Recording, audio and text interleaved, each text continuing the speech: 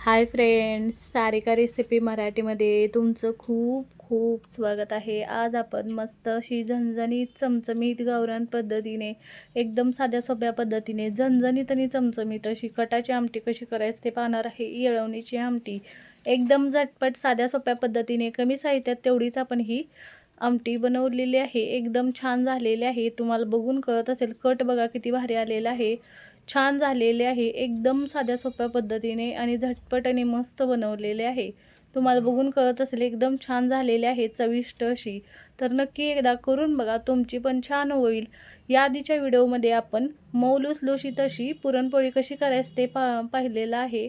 आता आपण कटाची आमटी कशी करायची ते पाहणार आहे। आता त्या व्हिडिओमध्ये आपण येळवणी काढलेलं कटाच्या आमटीसाठी। आता हे येळवणीची आमटी आपण बनवणार आहे। त्यासाठी मसाला करूया। थोडंसं सुकं खोबरं, 10 ते 15 लसणाच्या पाकळ्या, अर्धा इंच आलं, थोडीशी कोथिंबीर असं हे आपण वाटण करून घेणार आहे। आता छान वाटण तयार झालेलं आहे। गावरान पद्धतीने आपण छान अशी भाजी बनवणार आहे। त्यासाठी कढई गरम करायला ठेवलेले आहे। कढईमध्ये एक पळी तेल घातलेलं आहे। कटाची आमटी करणार आहे, त्यामुळे तेल थोडं जास्तच घालायचं।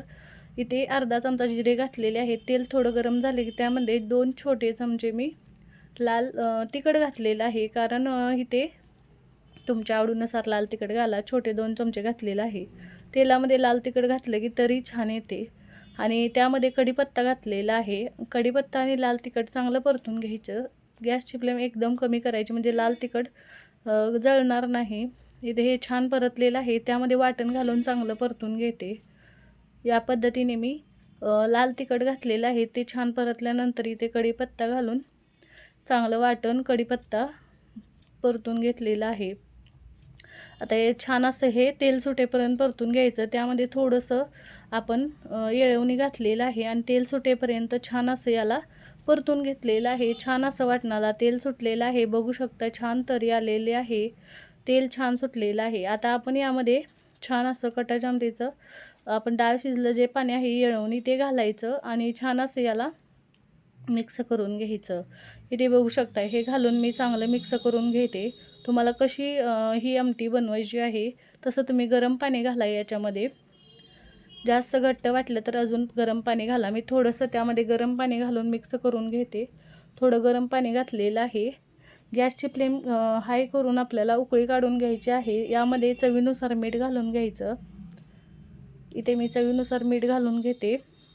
छान याला उकळी यायला लागलेली आहे। गॅसची फ्लेम एकदम कमी करायची आणि 5 मिनटं छान याला आपण शिजवून घेणार आहे, म्हणजे हे छान असं मसाला यामध्ये छान असा मिक्स होऊन भाजी आपली छान तयार होते। भाजी छान अशी शिजते 5 मिनटं आणि मस्त झणझणीत चमचमीत अशी भाजी आपली तयार होते। इथे बघू शकताय 5 ते 7 मिनटानंतर छान ही भाजी शिजवून घेतलेली आहे। आमटी आपण उकळून घेतलेली आहे, बघू शकताय तरी किती मस्त आलेलं आहे।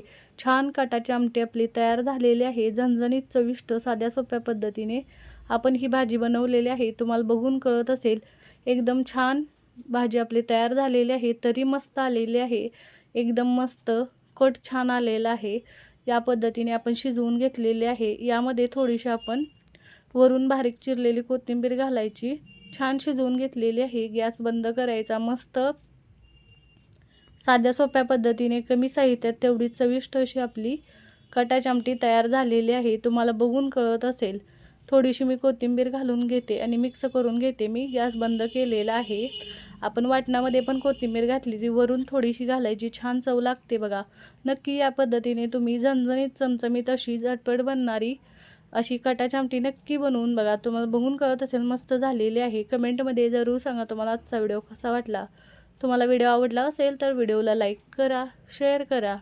चॅनलवर नवीन असाल तर चॅनलला सबस्क्राईब करा, बेल आयकॉनला क्लिक करा। या पद्धतीने नक्की तुम्ही कटाची आमटी बनवून बघा, तुमची पण छान होईल। व्हिडिओ पाहिल्याबद्दल धन्यवाद।